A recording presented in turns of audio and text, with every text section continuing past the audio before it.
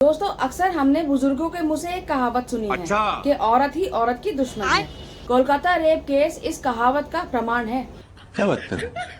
जहां की chief minister खुद महिला है और उसके राज में महिला के साथ दिल दहला देने वाली रेप जैसी घटना होती है।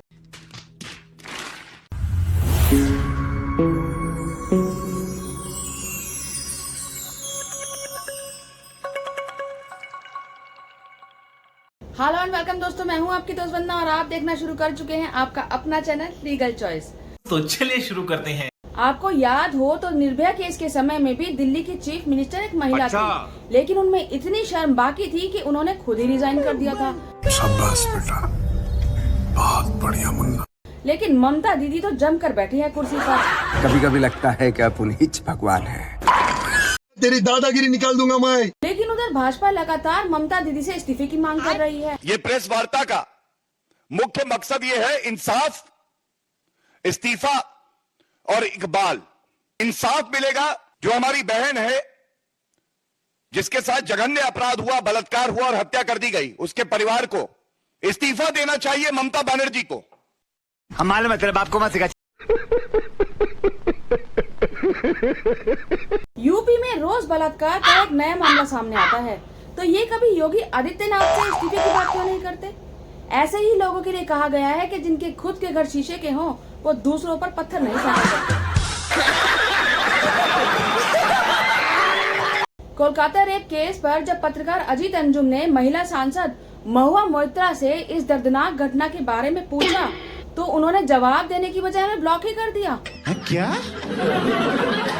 वाह दीदी, वाह दीदी। नहीं दीदी, वाह दीदी। दीदी शायद मैडम को याद नहीं कि अजीत अंजुम उनके एक्स हस्बैंड नहीं है, बल्कि एक वरिष्ठ पत्रकार है। गजब बेइज्जती है। दोस्तों, 15 अगस्त को पूरे देश की निगाह मोदी जी पर थी और मोदी जी की निगाह अपनी स्क्रिप्ट पर थी। चलो भाई, देखो अब मैं क्या करता हूँ।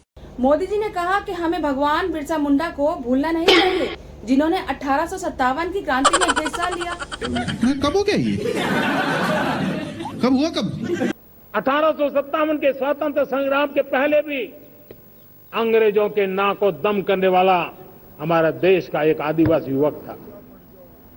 20-22 साल की उम्र में उसने अंग्रेजों के नाक को दम ला दिया था। चुप हो जा सातवीं फेल, चुप।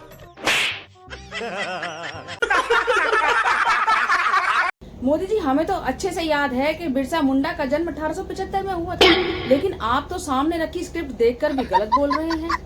अच्छा, आपकी पढ़ाई लिखाई नहीं हुई ना? मैं कोई पढ़ा लिखा व्यक्ति नहीं, लेकिन परमात्मा की कृपा है और उसके कारण शायद मुझे नई नई चीजें जानना सीखने का बड़ा शौक रहा है। क्या बात है सर, क्या बात है सर। इससे पता चलता है कि मोदी जी पहले सच बोला करते थे, लेकिन जब से प्रधानमंत्री बने हैं तब से तो झूठ की मशीन बनकर रह गए हैं। चलो, मोदी जी के झूठ के रिकॉर्ड में एक तो सच शामिल हुआ।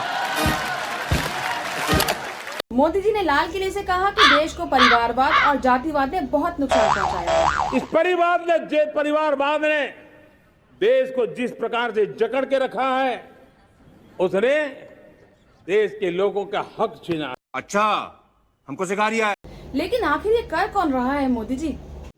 रुको जरा, सबर करो। जय शाह पुत्र अमित शाह, पंकज सिंह पुत्र राजनाथ सिंह, नीलेश राणे पुत्र नारायण राणे, अनुप्रिया पटेल पुत्री सोनेलाल पटेल। हमारे कभी अपने होते थे ज्योतिरादित्य सिंधिया पुत्र श्री माधवराव सिंधिया, देवेंद्र फडणवीस पुत्र गंगाधर फडणवीस, अनुराग ठाकुर पुत्र प्रेम कुमार धूमल, पीयूष गोयल पुत्र वेद प्रकाश गोयल, किरण रिजिजू पुत्र रिंचिन खारू, भारती प्रवीण पवार पुत्री अर्जुन पवार, श्री आरपीएन सिंह कभी हमारे होते थे पुत्र सीपीएन सिंह, अरुण सिंह धूमल भाई अनुराग ठाकुर, पंकजा मुंडे पुत्री स्वर्गीय श्री गोपीनाथ मुंडे, पूनम महाजन पुत्री प्रमोद महाजन, आकाश विजयवर्गीय पुत्र कैलाश विजयवर्गीय, राव इंद्रजीत सिंह पुत्र राव बीरेंद्र सिंह। ये हमारे तो नहीं है, ये तो भाजपा के नेताओं के नाम मैंने आपको गिना दिए और कुछ ही गिनाए हैं। इसमें कल्याण सिंह के बच्चे, कलराज सिंह के बच्चे, इन लोगों के तो नाम अभी मैंने आपको गिनाए नहीं और बड़ी लंबी फहरिस्त है हर राज्य में। अरे मोदी जी, ये तो आप ही की पार्टी का नेता है, आप देश का नुकसान क्यों कर रहे हैं मोदी जी? और दिनेश तो घर की लड़की है ना, फिर आपने उसके साथ घिनौनी हरकत करने वाले बृजभूषण के बेटे को टिकट क्यों दी? और कितना नुकसान करेंगे आप देश का मोदी जी? मस्त जोक मारा रे। एयरपोर्ट बेच दिया, LIC डुबो दिया और रुपया तो खुद से ही नीचे गिरा दिया। पेट्रोल, गैस, राशन सब महंगा कर दिया। और नुकसान मत करो देश का मोदी जी, मेरी बात मानो, एक एहसान करो देश पर, प्लीज इस्तीफा दे दो। अच्छा बात नहीं है।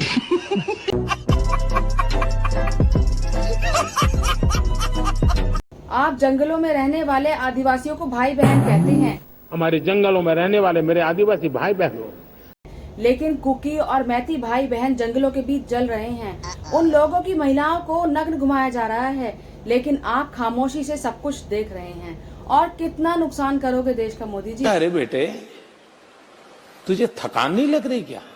नहीं।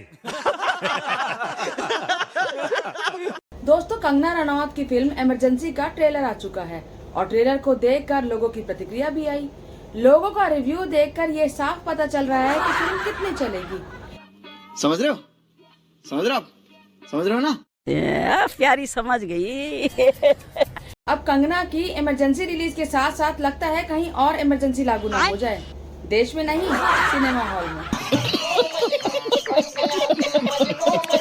दोस्तों, ये वीडियो आपको कैसी लगी मुझे कमेंट बॉक्स में जरूर बताइएगा।